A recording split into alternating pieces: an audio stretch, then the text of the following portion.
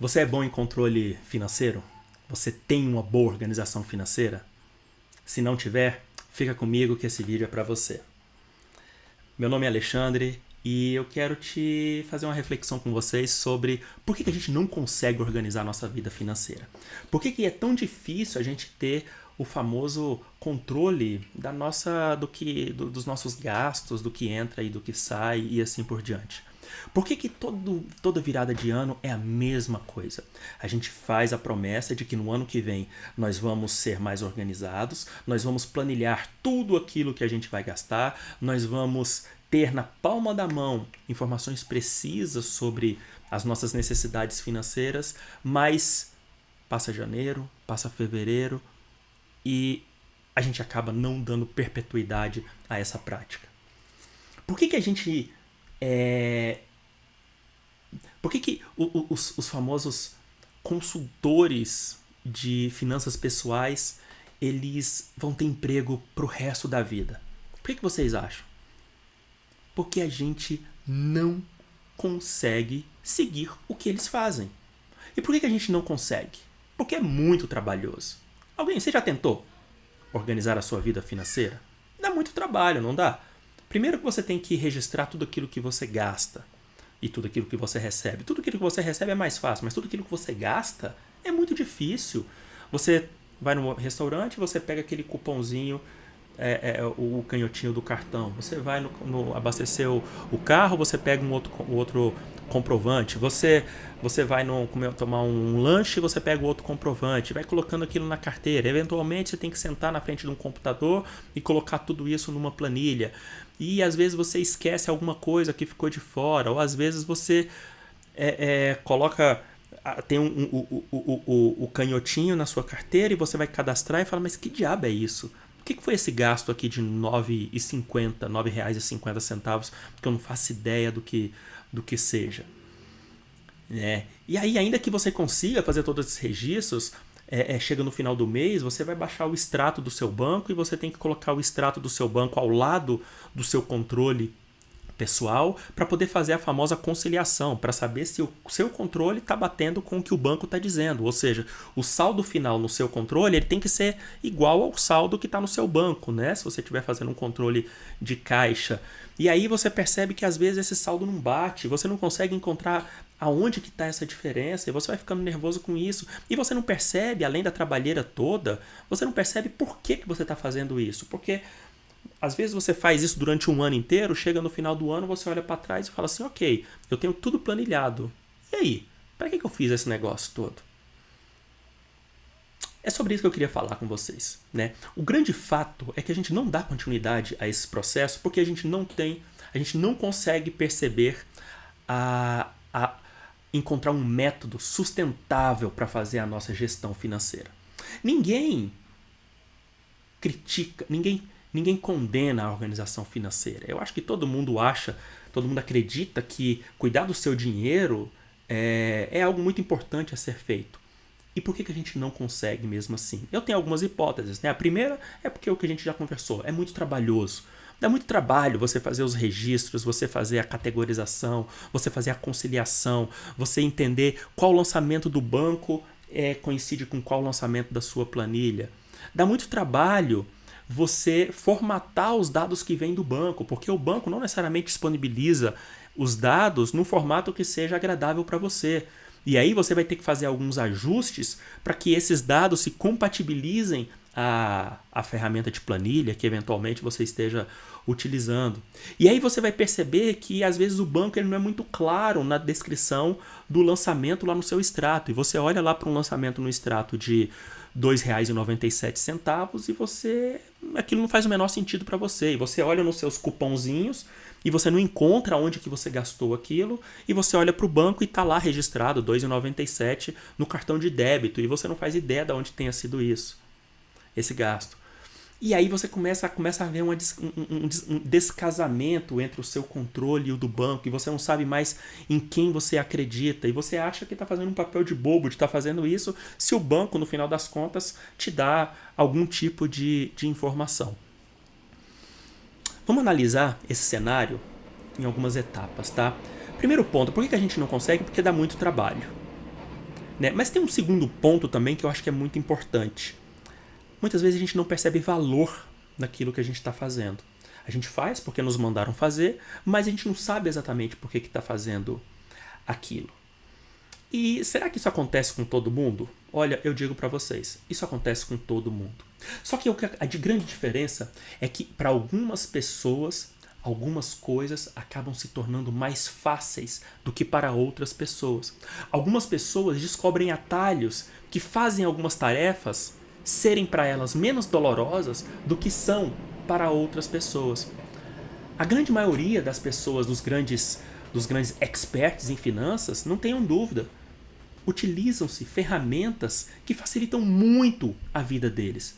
Ferramentas que já fazem a categorização automática de gastos, que já agrupam os dados da forma que ele necessita, de que já geram gráficos, já importa os dados e faz todo o tratamento nessa incompatibilidade de formatos de forma automatizada, e cabe a eles apenas a fazer a customização dessas ferramentas e a interpretação desses dados.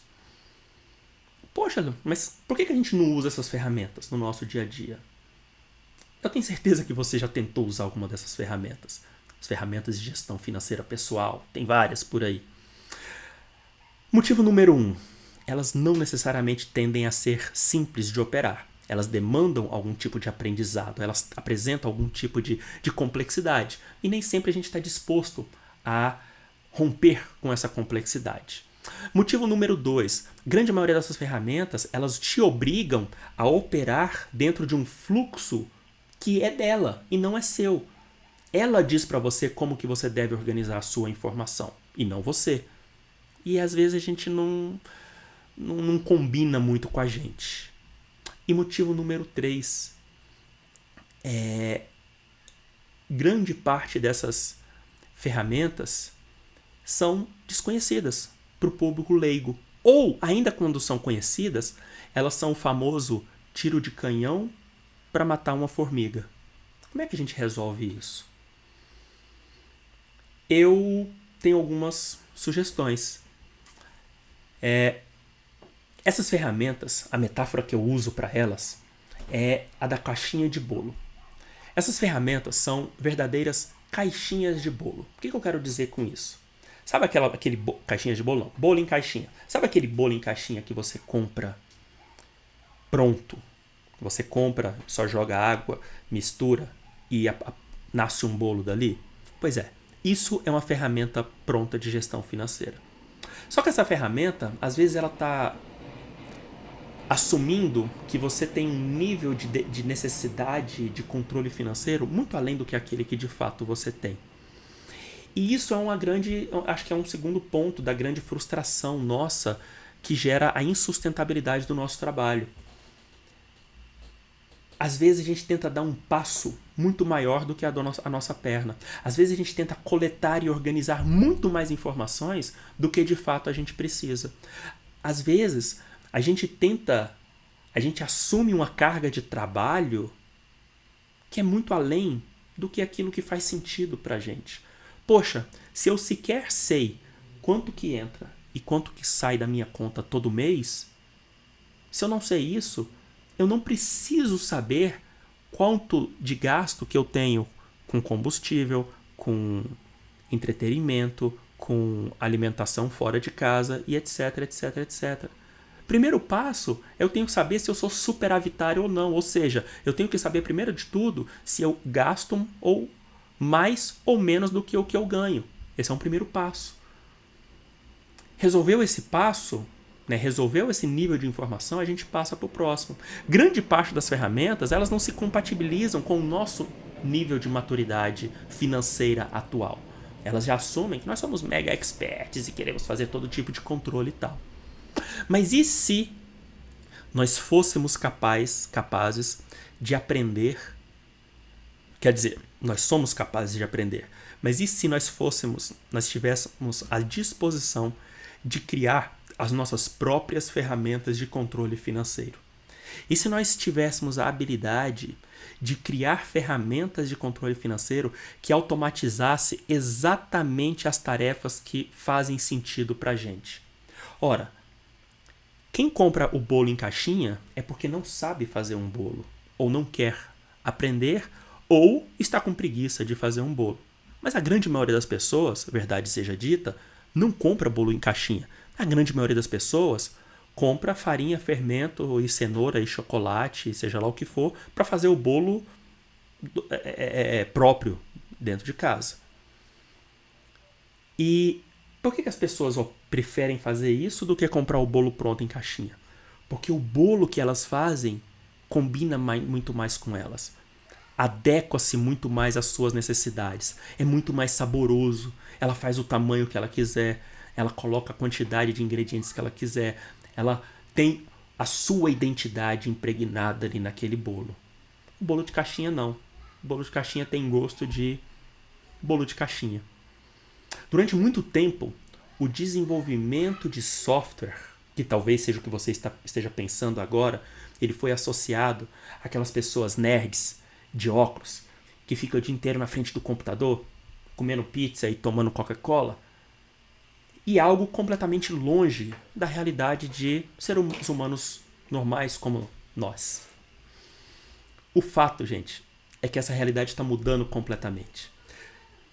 A habilidade de programar, ela está se tornando tão relevante quanto a habilidade de você falar uma língua estrangeira. E a partir do momento que você entende que programar nada mais é do que automatizar tarefas, bum! Um novo horizonte se abre para você.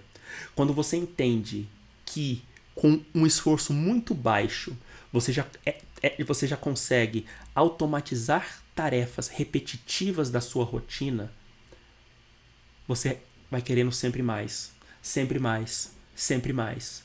Então, no dia que você assistiu o vídeo do GNT dizendo como faz um bolo de cenoura e você colocou os ingredientes do jeitinho que foi dito lá e funcionou um bolo e nasceu um bolo daquilo ali, você fala, opa, agora eu quero fazer um bolo de chocolate.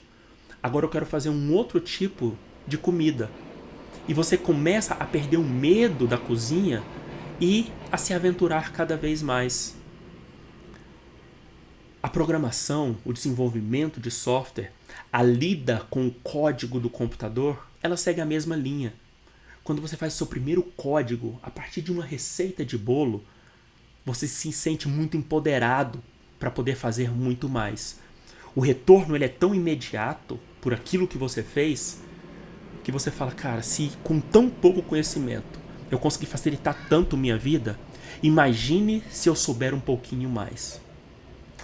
Quer aprender um pouquinho mais com a gente? Fica aqui no canal. Aguarde os próximos vídeos.